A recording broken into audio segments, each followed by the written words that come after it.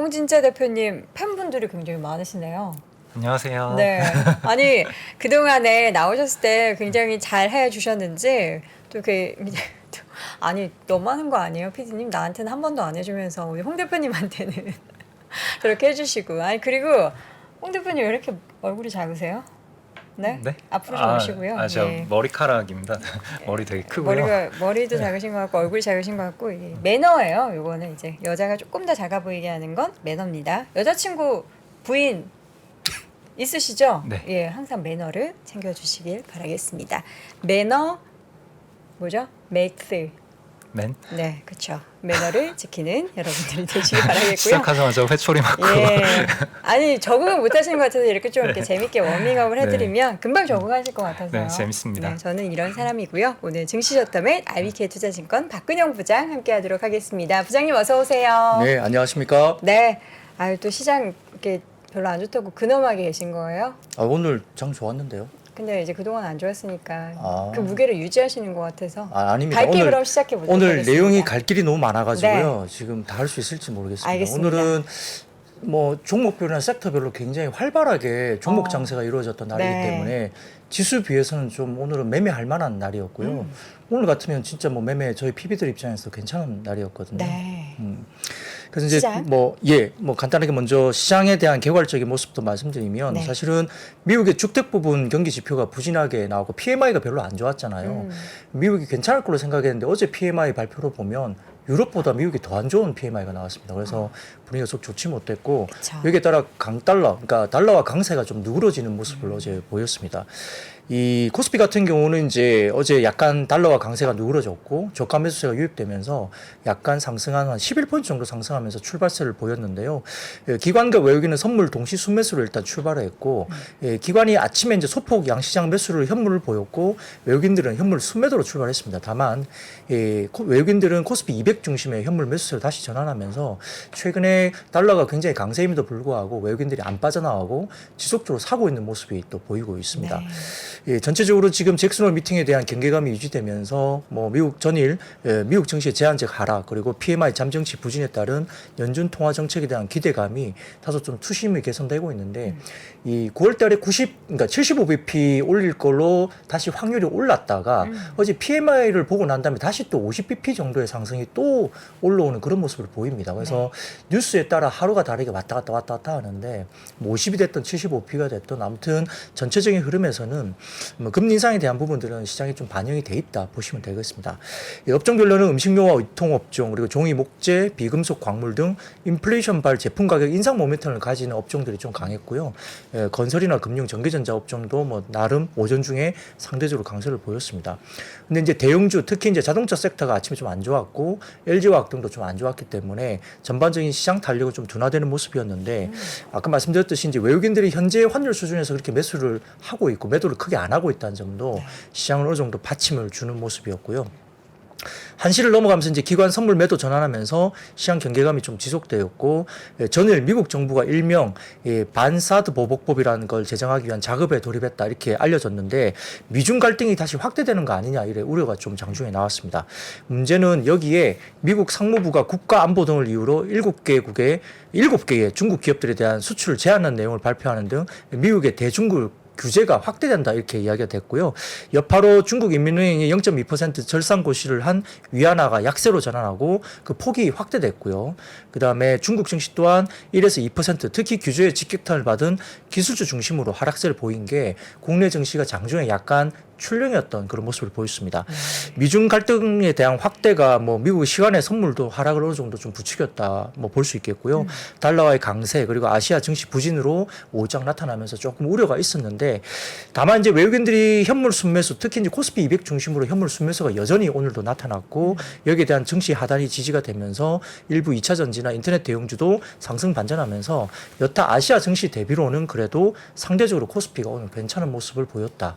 이렇게 마무리할 수 있겠습니다. 네, 전반적인 시장 또 쭉 말씀을 해주셨는데 오늘 이제 우리 또 박근영 부장님께서 정리해주신 포인트들이 굉장히 많은데 좋은 이야기부터 좀 풀어보도록 하겠습니다. 오른 종목들 정유주, 뭐 디젤이 마진이 엄청 올라가고 있다고요? 네, 이제 우리가 소위 말하는 가스 투 오일 스위치 이렇게 뭐 표현들을 하더라고요. 그러니까 천연가스 가격이 많이 올라가니까 뭐 상대적으로 정유 쪽으로 오히려 이 에너지 관련된 스위치가 좀 나타난다 이렇게 보는데요. 그 표를 하나 띄워주시면은 국내 정유업체 복합 마진 추이를 좀 보이는 자료가 삼성증권에 나와 있는데 이게 네. 갖고 와봤습니다. 그래서 최근에 이제 수요 파괴 때문에 정제 마진이 크게 조정을 사실 받았거든요. 근데 8월 들면서 뚜렷한 정제 마진 반등세가 나타나고 있다 이렇게 볼 수 있습니다. 그래서 대표적인 제품이 디젤인데 이 디젤 마진이 2주 전에 24달러 수준에서 48달러 거의 50달러 선까지 뭐 2배 이상 급등했거든요. 그래서 동기간 동안 가솔린은 6달러 상승에 그쳤기 때문에 그리고 나머지 제품 보합세입니다. 그래서 디젤이라든지 뭐 등경유 어떤 그쪽에서 상당히 지금 마진 정제 마진이 굉장히 많이 올라오고 있다 이렇게 볼 수 있는데요. 다음 그림 보여주시면은 국내 정유업체 같은 경우는 등경유 비중이 55%에 달할 정도로 그 비중이 상당히 높습니다. 다음 표를 보여주시면 이 정유 관련된 경유와 그 다음에 등유의 마진 추이를 보이는데 역시 보시면은 20달러 수준 정도까지 빠졌다가 지금 상당히 급하게 오른 모습도 보이죠. 그래서 이 급하게 올랐던 마진이 좀 빠졌다가 다시 올라오는 게 이게 아까 말씀드렸던 천연가스 가격이 워낙 이런 쪽으로 다시 이제 좀 스위치가 나온다 이렇게 볼 수 있습니다. 그래서 전체적으로 뭐 유럽의 가스 부족에 기인하고요. 그리고 또 노드스트림도 8월 말부터 3일 정도 또 이제 공급을 중단할 수 있다 나왔기 때문에 역시 이제 동절기 연료로 사용되는 가스가 부족하니까 여기에 대해서 대체하는 등유나 디젤에 대한 수입을 늘리고 있는 것으로 파악이 됩니다. 전체적으로 지금 에너지 전망 기관인 FGE 같은 경우가 올 겨울에 아까 말씀드렸던 가스 투 오일 스위치로 150만 BDP 정도의 그 등경유 수요가 증가할 것이다 전망했는데 이 수요급이 타이트하니까 디젤 마진이 70달러까지 급등할 것으로 예상한다 이렇게 리포팅을 했습니다. 물론 이거는 이제 여기에 기본적인 리포트에 뭐 본인들의 포캐스팅이니까 맞을 수도 있고 틀릴 수도 있지만 상당히 강하게 본 거죠. 그래서 지금 한 50달러 저준 수준까지 마진이 급등했는데 네. 이게 70달러 수준까지 올라간다고 하니까 상당히 높게 보고 있는 겁니다. 이제 앞으로 3개월 정도 공급 부족은 더 심화될 것으로 시장은 보고 있는 것 같고요. 연말까지 본다면은 최근에 미국의 가동률도 하락하고 그 다음에 8월에서 또 11월 정도 사이에 대서양의 허리케인 시즌입니다. 그래서 정제 설비가 또 약간 셧다운을 하거든요. 여기에 따라서 공급량이 상당히 제한적일 수 있기 때문에 아마 이런 부분에 대해서는 앞으로 3개월간 정유 제품 수급 밸런스가 보다 더 타이트해진다. 그래서 S오일이 상당히 좋았고요. 이노베이션, SK 이노베이션이라든지 뭐 GS, E1, 흥구석유 이런 종목들도 이 정유 관련 업종이 다시 한번 튀어오르는 모습을 보였습니다. 네, 오늘 뭐 수급적으로도 그 S오일이나 SK이노베이션이 그 외국인과 기관 바구니 좀 상위에 올라와 있더라고요. S오일의 주가가 거의 뭐 각도가 70도 정도로 주가가 단기적으로 엄청 올랐던데 앞으로의 관련된 종목들의 움직임도 계속 보아야겠습니다. 우리 홍 대표님 근데 말씀을 안 걸면 말씀을 안 하신다라는 댓글이 있는데 편하게 자유롭게 말씀하셔도 되는 거 아시죠? 알겠습니다. 예, 제가 또 괜히 군기 잡는다고 우리 시청자분들이 뭐라고 하시니까 편하게 말씀해 주시고요. 자, 지금 저녁 시간인데 라면이 땡기는데 우리 이제 라면 먹는데도 살짝 고민해야 되나요? 가격 올라갔잖아요. 네, 뭐 농심이 사실은 뭐 가격을 잘 안 올리는 분위기. 라면 같은 경우는 특히나 이제 우리가 소주 가격하고 라면은 좀 참지 못하잖아요. 건드리면 안 가격 되죠. 올리면. 딴 거는 좀 올려도 뭐 그렇게건이 넘어가는데 라면하고 소주 가격은 사실 좀 되게 민감합니다. 네. 그게 뭐 사람들이 많이 먹어서 좀 그런 건가요? 보편적으로? 뭐 저는 그렇다고 라면을 생각하는데. 진짜 좋아하거든요. 아, 그러세요? 네, 근데 어떻게 그렇게 드시고도 그렇게 미모가 유지되는지 잘 모르겠습니다만 감사합니다. 아무튼 그렇습니다. 그래서 지금 이제 농심이 내달 15일부터 라면과 스낵 출고 가격을 각각 평균 11.3%하고 5.7% 올린다고 했습니다. 그래서 라면은 1년 만에 그리고 스낵은 6개월 만에 인상 조치인데 네. 제품별로 또 다르다고 하더라고요. 신라면이 10.9%, 안성탕면이 12.4%, 오. 너구리가 9.9%, 스낵 제품별로는 새우깡이 6.7%, 꿀꽈배기가 5.9%. 제가 전부 다 제가 좋아하는 거거든요. 다 오른다고 합니다. 그래도 뭐 사 먹어야죠. 근데 아무튼 뭐 가격 인상에 대한 매출 증가 효과가 기존의 판매량이 그대로 유지가 된다고 한다면 매출 증가는 1,700억 정도 수준까지 올라온다고 하니까요. 애드업이 되는 게. 그러니까 상당히 크죠. 그러면 이익이 거의 기존 대비 굉장히 많이 올라올 걸로 보입니다. 그래서 원자재 가격이 급등하고 있고 환율 상승 때문에 원가 부담도 심화되겠죠. 그래서 이런 부분도 있고 또 이 기본적인 그 우리가 안 내용물도 중요하지만 또 바깥쪽 포장재도 원가에 대한 부담이 조금 있기 때문에 그 포장재 가격도 사실은 조금 올라가는 부분도 신경을 써야 되겠죠. 그런 부분도 여전히 있습니다. 그래서 최근에 소맥이나 팜유, 일부 원재료 가격이 고점 대비 조정을 좀 보이긴 했지만 절대 가격 수준은 사실은 아직까지 조금 높은 편에 속합니다. 그리고 이제 원달러 환율도 고공행진하고 있기 때문에 매입가가 역시 올라갈 수밖에 없어서 약간 부담을 주죠. 그래서 일반적으로 그러한데요. 수입 물가 같은 경우는 3개월 정도 후행을 합니다. 최근에 저도 이제 제 지인이 일부 식품 관련된 회사에 다녀서 어제 통화를 해봤는데 최근에는 길게 안 보고 3개월 단위로 이렇게 매입을 한대요. 예, 그러니까 뭐 곡물 같은 거를. 네. 그래서 최근에는 이제 6개월에서 3개월 정도 이렇게 약간 시차가 있다고 봤는데 6개월까지는 안 보고 3개월 단위로 끌어서 짧게 매입을 한다고 합니다. 그래서 최근에 수입 물가가 3개월 후행 정도 보시면 될 것 같은데 아마 표를 한번 보여주시면 최근에 곡물가 동향 관련된 표를 가져왔거든요. 보시면 아시겠지만은 3월 달에 피크를 치고 그다음에 좀 하향 조정이 되고 있는 모습이 보입니다. 그래서 약간 이런 부분들이 3월 달 피크 쳤으니까 이제 3분기 이후 한 4분기 정도부터는 아마 곡물 가격이 좀 하향 조정으로 되는 수입 물가가 반영될 거니까 그렇다면은 최근에 3분기에 가격을 올린다면 4분기 이후 내년 초 같은 경우는 이익 스프레드가 많이 벌어지겠죠. 원가는 떨어지고 가격은 올렸으니까요. 거기에 대해서 이 음식료 업종들이 상당히 좀 좋은 실적을 낼 가능성이 높기 때문에 시장이 좀 좋지 못할 때는 음식료 업종들이 조금 장기적으로 조금 우상향 그림이 계속적으로 좀 이어질 가능성이 있습니다. 여기서 보시고요. 다만 이제 최근에 곡물가가 최근에 많이 빠진 상태에서 다시 저점 대비 10% 정도 올라왔다고 하시더라고요. 그래서 그런 걸 본다면 추가적인 곡물가 상향이 나올지 이 부분도 좀 체크를 할 필요는 있겠습니다. 네. 주가는 보니까 농심보다 삼양식품이 최근에 엄청 좋더라고요.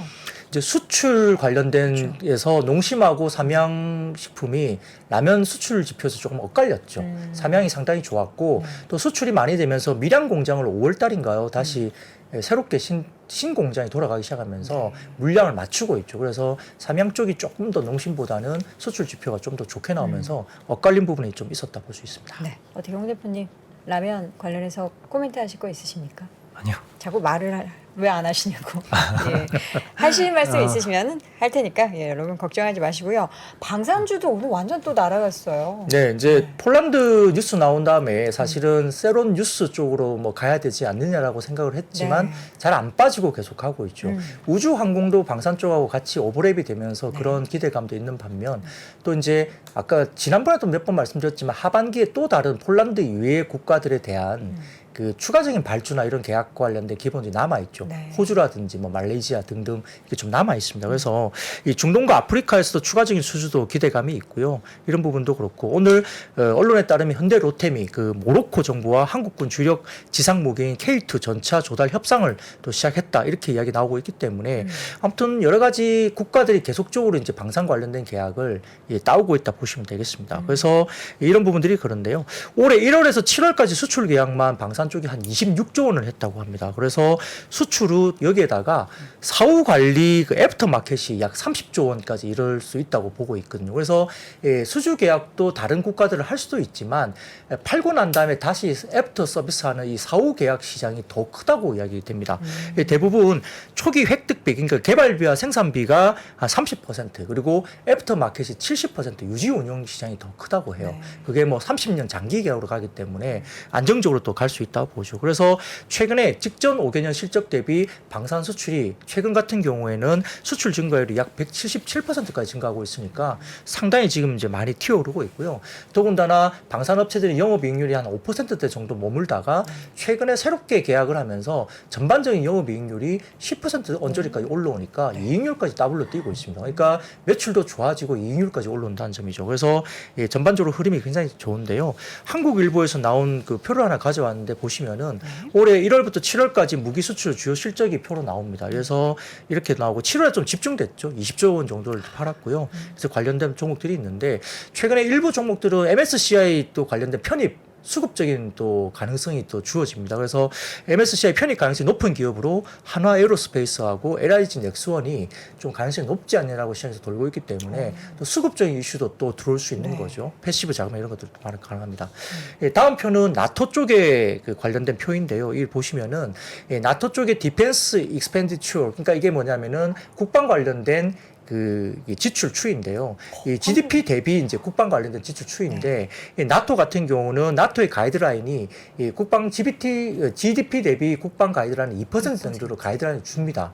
근데 지금 보면은 미국을 제외하고 보면은 2% 룰을 넘어서는 국가가 유럽 국가들이 현재 6개 정도밖에 안 된다고 지금 이 조사 자료를 보면 그렇게 나옵니다. 그러니까 나머지 국가들은 어떻게 하냐면 스페인이나 벨기에 같은 경우는 2% 룰을 달성하려면 지금보다 더블 이상 지출을 해야 되거든요. 네. 그러니까 엄청나게 지금 예산을 쏟아부어야 될 유럽 국가들이 굉장히 많다는 거죠. 그렇기 때문에 앞으로 이들 국가들은 더 많은 무기를 주문하고 또 더 많은 어떤 뭐 여러 가지 배도 그렇고 특수함 같은 거 있잖아요. 좀 점수함 같은 거. 그러니까 이런 것들을 보유해야 되기 때문에 국방 지출에 대한 부담이 더 많이 늘어날 수밖에 없죠. 그래서 한국의 수출 관련된 나라들이 이제 유럽 쪽으로 뭔가 폴란드를 시작해서 좀 많이 이제 좋아지면 레퍼런스가 있으면 좀 더 기회가 많이 열린다는 점에서 이 방산 관련주들이 좀 높은 밸류에이션도 불구하고 계속적으로 좀 안 빠지고 좀 지탱을 하면서 꾸역꾸역 좀 올라가는 모습이 계속 보인다는 점은 조금 시사하는 바가 있겠습니다. 2% 룰이라는 게 상한선이 아니라 하한선인 거네요.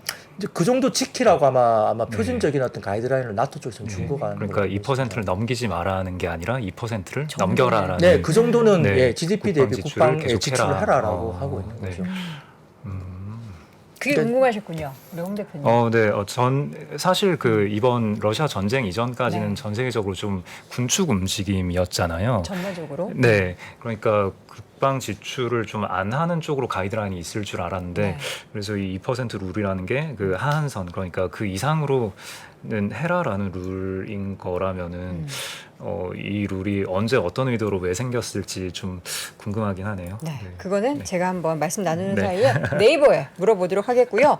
석탄, 요즘 에너지 가격 관련해서 워낙에 들쑥날쑥하니까 이제 뭐 독일에서는 땔감을 준비해라. 네. 그리고 그동안 사용량을 계속 줄여가고 있던 석탄에 대한 수요가 늘어나고 있죠. 네, 뭐 독일 라인강 수위도 이슈가 됐었고 네. 중국 쪽도 지금 뭐 가뭄이다 그래가지고 이제 말들이 많았는데요.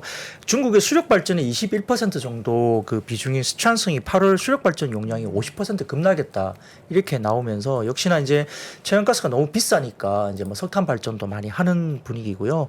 예, 수력 발전 용량이 사실 감소하면서 뭐 전력 위기 완화를 위해서 뭐 중국 내에 석탄 생산량도 되게 많이 늘어난 걸로 보이고 수입도 되게 많이 증가하고 있다고 합니다. 그래서 7월에 중국의 러시아산 석탄 수입이 전년비 14.4%나 증가했다 나오고 있고요. 742만 톤으로 사상 최고치를 갈아치웠다고 합니다. 그래서 중국 당국이 석탄 화력 발전에 대한 정부 지원을 더욱 강화할 거다 이렇게 이야기되고 있는데 전체적으로 지금 중국의 7월 석탄 화력 발전 비중은 69%, 전년도 67.4%보다 상당히 많이 올라가고 있습니다. 네. 그래서 이상 기온이 지속되면은 석탄 화력 발전소 건설에 대한 추가가 계속되고 될 수 있다. 이런 점에서 석탄 관련된 쪽도 상당히 괜찮고요.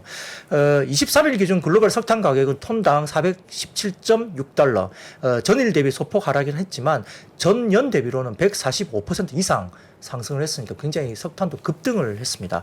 여기에 따라서 전체적으로 지금 인위적으로 좀 중국에서도 좀 안정화시키려고 노력은 하고 있는데 만만하지는 않습니다. 그래서 이런 부분들 때문에 석탄이라든지 원자재 가격 상승이 나오니까 해외의 뭐 유전이나 광산, 가스전 이런 걸 갖고 있는 종합 상사 쪽에 수혜가 예상되는 거죠. 그래서 이제 이 원화가 약세를 보이면 또 매출과 영업이익이 또 함께 상승하기 때문에 최근에 환율 추이도 이런 종합 상사에 상당히 긍정적인 모습을 보인다고 볼 수 있습니다. 그래서 최근에 포스코 인터내셔널이나 LX 인터내셔널 같은 경우도 영업이익이 2분기에 급증한 걸로 나왔는데요.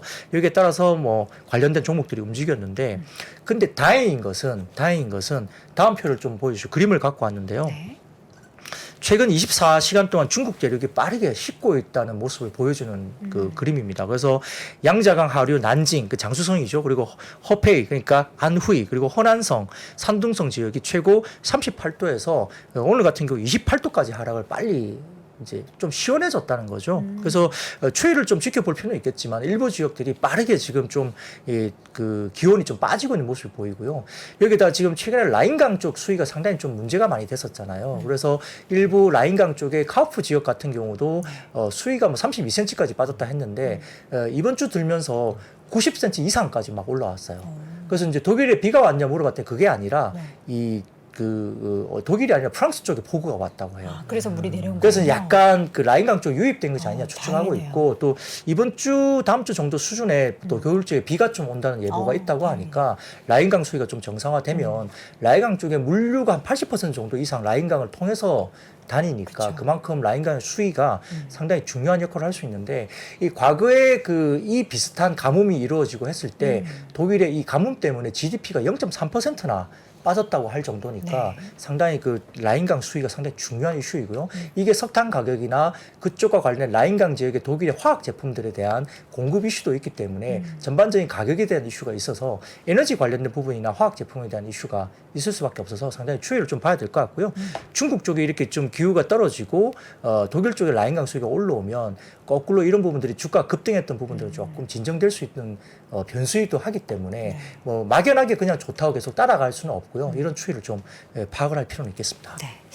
방금 전에 이제 저희가 그 2% 룰에 대해서 유럽 국가들이 왜 그렇게 올렸나 봤더니 옛 소련 붕괴 이후에 국방비를 줄이다가 러시아가 2014년에 크림반도 강제 합병하니까 다시 국방 예상 증액에 나섰다고 합니다. 그래서 이 북대서양 조약기구, 그러니까 앞서 말씀해 주셨던 나토 회원국들은 GDP의 2% 이상을 방위비로 사용하기로 했고 그 목표치를 달성한 나라가 최근 이제 2개 나라에서 8개국까지 늘어났고 뭐 폴란드나 루마니아가 최근에 다시 2%를 넘어섰다라는 내용들이 있네요. 러시아 때문이에요. 그러네요. 러시아 감사합니다. 때문입니다. 예, 궁금증 순식간에 이렇게 예, 검색을 찾았습니다. 좀- 열심히. 네이버가 다 가르쳐 주네요. 네. 예. 근데 최근에 일본도 국방비를 굉장히 많이 그러네요. 제가 지금 올렸다고 검색해 보니까 뭐 2에서 3%까지 올린다라는 나라도 있고 점점 국방 예산이 늘어나면 우리 뭐 K 방산 더 멀리 또 많이 펼쳐나갈 수 있을 것 같습니다. 패배터리 얘기는 제가 나올 때마다 계속 좋은 얘기가 있는 것 같아요. 네, 이제 사실은 시장이 좀 열리기에는 시간이 걸리지 않느냐라는 분위기가 많았잖아요. 네. 그러니까 뭐 일부 폐배터리 관련주가 이제 상장을 하면서 주가가 급등하니까 너무 좀 이렇게 업황에 비해서 너무 빨리 주가가 간다라고 생각들 많이 했을 네. 겁니다. 근데 인플레 방지 법안이 나온 게 좀 변수가 된 것 같아요. 결국은 이 중국 쪽의 어떤 뭐 기본적인 광물에 이런 것도 쓰지 말라는 거잖아요. 네. 그러다 보니까 어떻게 하겠어요? 뭐 호주라든지 일부 다른 쪽에 뭐 해외 쪽에 다른 뭐 미국과 FTA를 뭐 협정을 맺은 국가 이렇게 계약을 해야 되는데 사실 또 찾아가 보면 그쪽 나라들이 또 중국 쪽에서 계약을 미리 다 해놓은 곳도 되게 많다고 해요. 그러니까 새로운 어떤 광물을 다른 대륙에서 찾기가 만만하지 않는 거죠. 그러니까 결국은 뭐 폐배터리 이런 쪽에서 결국은 뭔가 새로운 시장을 그쪽에서 결국은 이렇게 원재료를 좀 만들어낼 수밖에 없지 않느냐. 네. 그래서 이 시장이 조금 더 부각이 될 수밖에 없다. 이렇게 또 생각을 좀 하는 것 같습니다. 그래서 여러 가지 병목 현상도 있고 배터리 관련된 전기차 공급량도 상당히 많아질 수밖에 없는 구간이기 때문에 폐배터리 시장이 좀 더 주목을 받고 있는 것 같고요.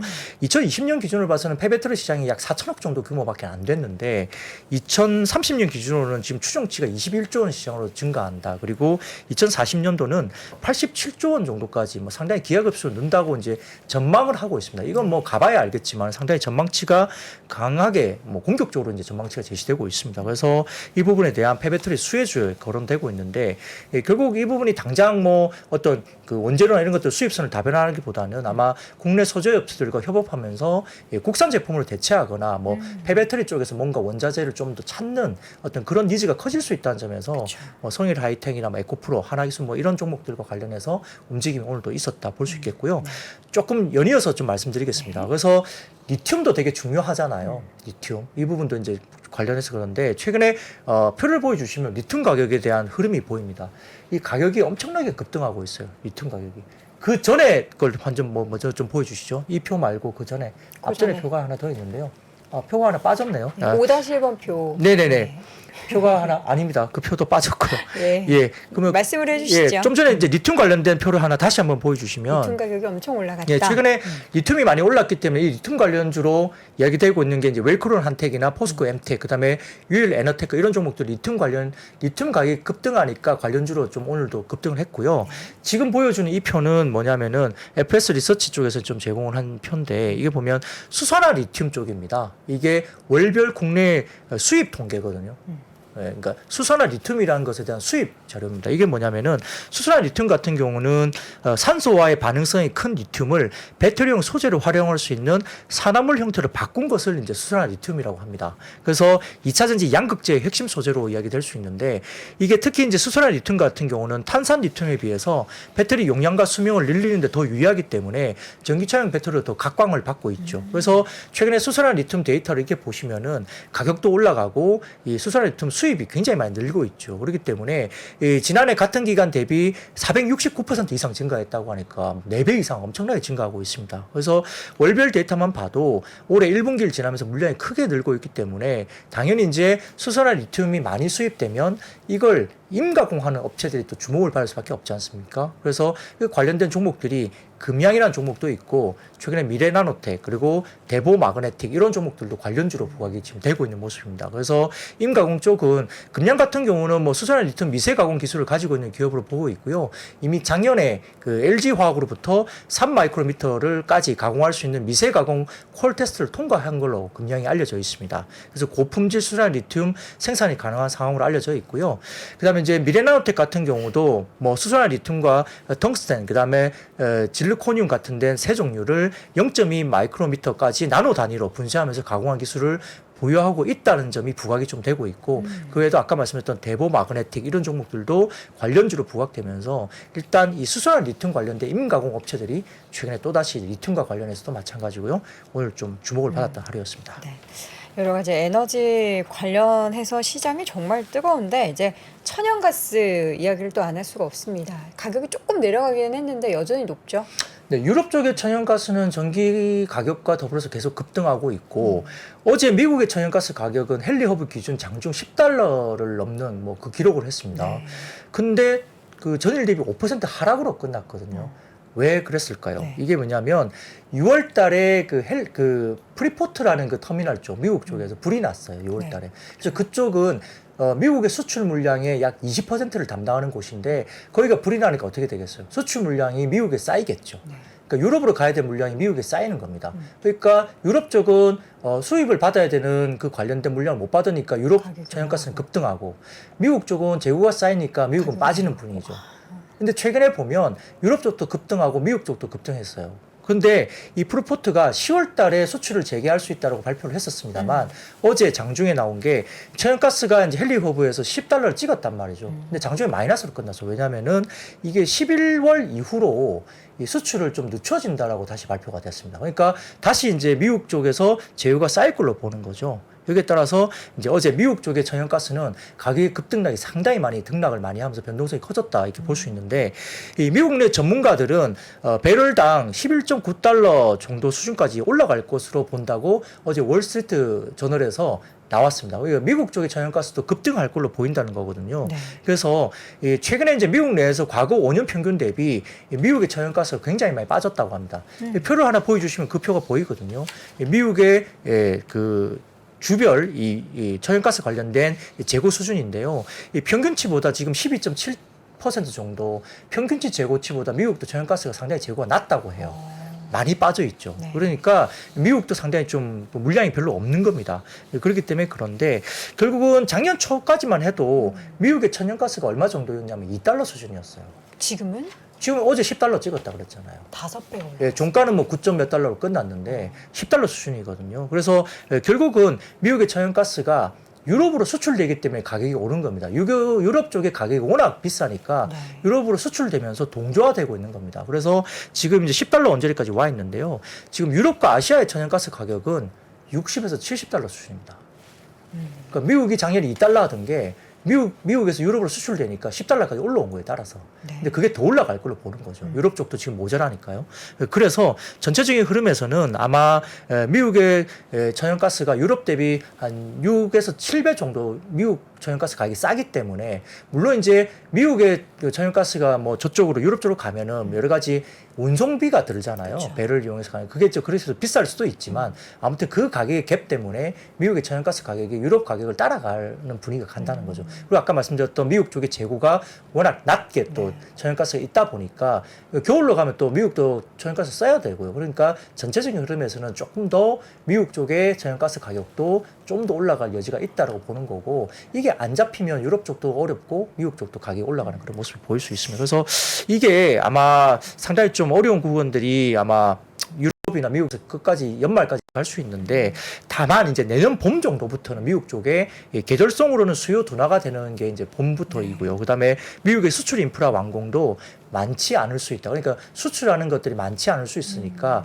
아마 재고 부분에서 어느 정도 좀 올라온 부분에서는 미국 내 천연가스 가격은 조금 안정을 찾을 수 있다는 분석도 있기 때문에 네. 이러한 추이도 좀 지켜볼 필요가 있겠습니다. 저 이 그래프 관련해서 혹시 질문 하나 드려도 될까요? 네, 이게 주별 데이터고 이번 주의 재고가 과거 5년 평균 대비해서 얼마 정도 수준인가를 나타내는 네, 거인 거죠. 네. 그러니까 쉽게 말해서 이 차트가 아래쪽으로 갈수록 재고가 부족하다. 네, 5년 그리고, 평균 대비 네, 평균 재고가 대비 더 부족하다. 빠져 있다. 위쪽으로 갈수록 그래도 재고가 조금씩은 생기고 있다. 네, 그렇습니다. 거고 근데 그 6월에 프리포트에서 화재가 났다고 하셨는데 그러면은 6월쯤에는 재고가 좀 풍부한 상태가 되어야 하지 않을까 싶은데 네.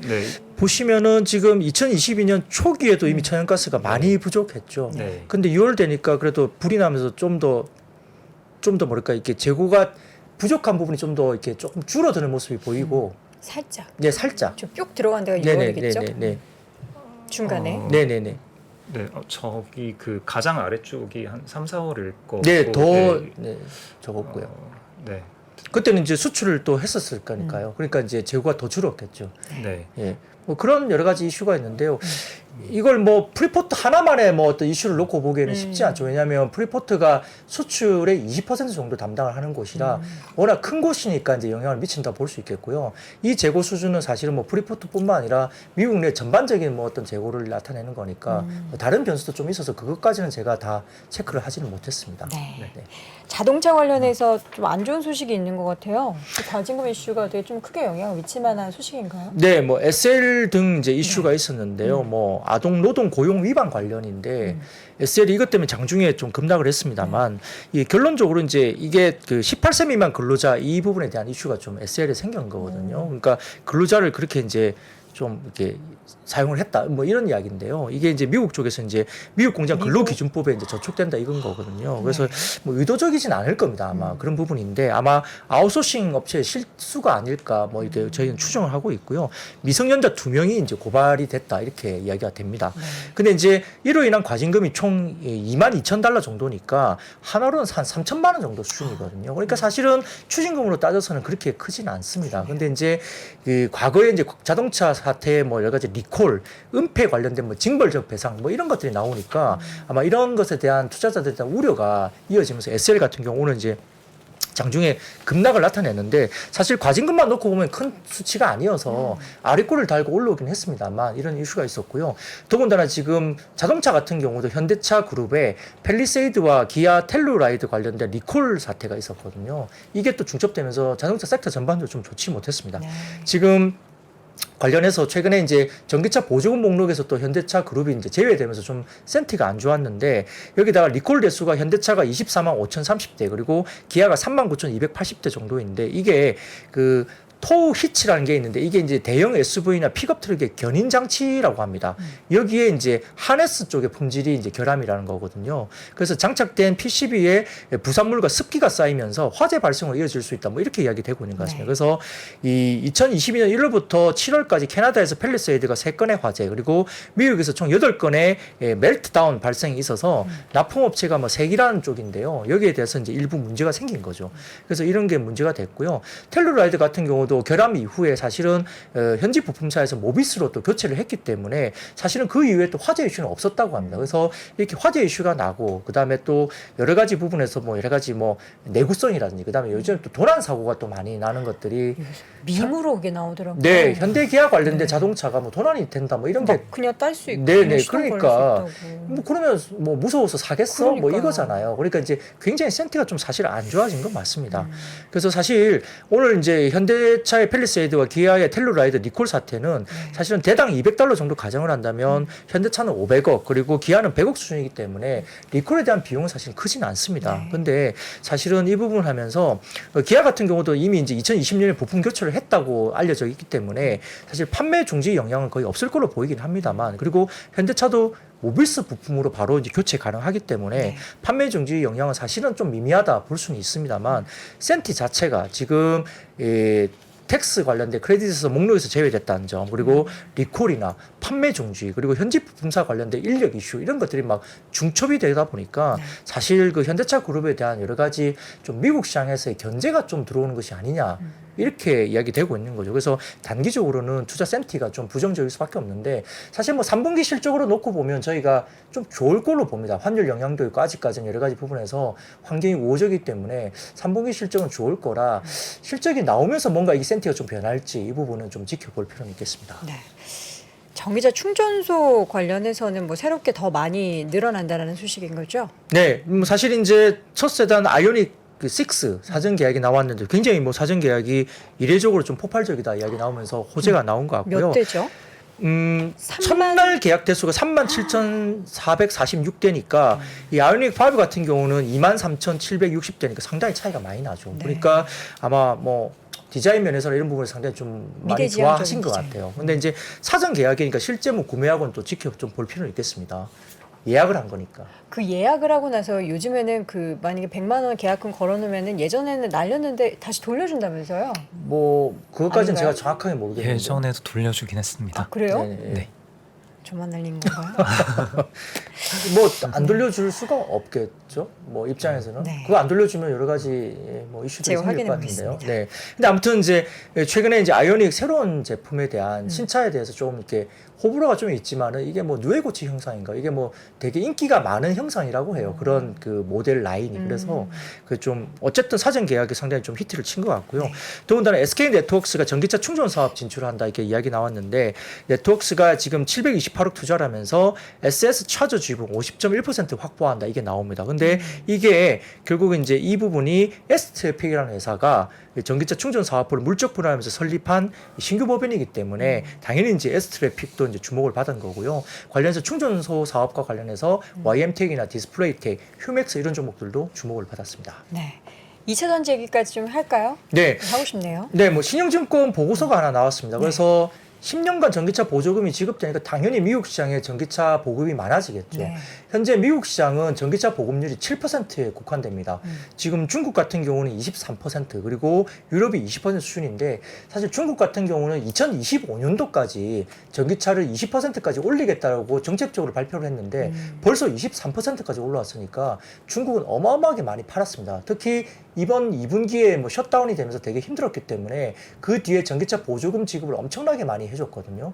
그러면서 완전 세일즈 관련된 정부 정책을 내다 보니까 최근에 가파르게 이제 중국 쪽에서는 로컬 쪽에서 많이 팔린 거죠. 네. 그래서 2분기에 이슈가 됐던 게 중국의 셀 업체들의 MS가 글로벌 MS가 50% 이상 올라오고 한국의 셀 업체들이 MS가 빠지면서 거의 2배 이상 그 점유율이 차이가 난다 이렇게 나오면서 당시에 셀 업체가 한국 3사가 되게 많이 빠졌던 기억이 있습니다.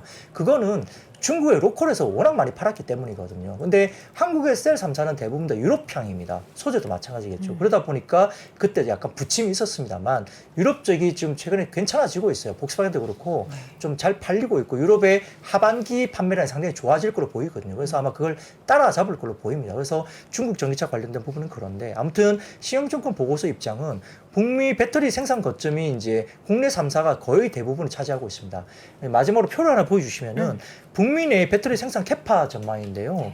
뭐 위에 3사를 보시면 다 합하면 어마어마한 물량이잖아요.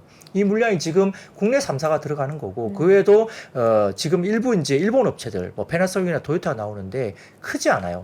합쳐봤자 뭐 얼마 안 되거든요. 그리고 테슬라는 뭐 자체 공장 일부 나오겠지만은 패나소닉도 2029년까지 증설이 또 더 될 거로 보입니다. 그렇기 때문에 패나소닉은 사실은 테슬라 향으로 일부 하고 있는 거거든요. 그래서 국내 3사가 이렇게 많이 하고 있는데 과연 북미 쪽에 그런 회사들이 조인트 벤처를 지금 같이 하고 있고 또 그 모델들이 그 미국 쪽의 모델들이 과연 국내 3사를 제외하고 본인들이 배터리를 할 수 있느냐 그리고 자동차를 팔 수 있냐 문제죠. 그러니까 결국은 생산 거점을 이렇게 국내 3사가 이렇게 점유하고 있기 때문에 대부분 다 중국 업체를 빼고 나면 국내 3사가 결국은 이 관련된 부분에서 수혜를 가장 보는 게 맞다라고 분석을 했습니다. 그래서 연간 보면은 지금 전체적으로 오늘도 SDI가 2조 원 투자 계획을 발표를 했습니다. 이거는 이제 기존의 헝가리 전기차 배터리 공장인데 이런 부분들이 이제 이야기되면서 뭐 데보 마그네틱, 엠플러스, 캠트로스, 뭐 성일아이텍, 포스코 케미칼, 에코포르 BM 한화기술, 원익 P&E, 우리산업 이런 종목들도 두루두루 이렇게 좀 좋았던 모습을 보였습니다. 네, 알겠습니다. 자, 이렇게 해서 오늘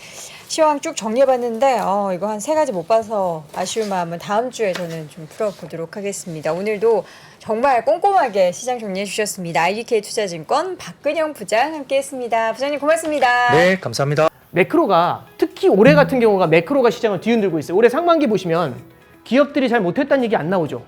드디어 3프로TV에서 오건영 부부장의 경제 강의가 출시됐습니다. 주가가 떨어지면 이유가 뭘까요? 보통 뭐라고 나와요? 인플레이션 때문에 떨어졌다 나와요. 그죠? 금리 인상 우려 때문에 떨어졌다는 얘기 들어보셨어요? 경기 침체 우려 때문에 떨어졌다는 얘기 들어보셨어요? 이게 뭐죠? 다 매크로예요. 매크로가 시장을 뒤흔들 때가 있어요. 시절이 태평하면 저 같은 사람들이 하는 얘기는 들을 필요가 없어요. 편안하잖아요. 그러면 그때는요, 바텀업 보세요. 포인트예요. 근데 시절이 하수상하잖아요. 시절이. 그럼 뭘 보셔야 되죠? 매크로 쪽에서 나오는 아이디어에 조금 더 주목해서 보실 필요가 있다라는 점. 요걸 좀 기억을 해주시면 좋을 것 같습니다. 3프로TV 경제대학 오건영의 경제를 보는 눈 신규 출시 기념 8월 31일까지 얼리버드 특가로 만나보시죠. 지금 바로 영상 아래 댓글을 확인하십시오.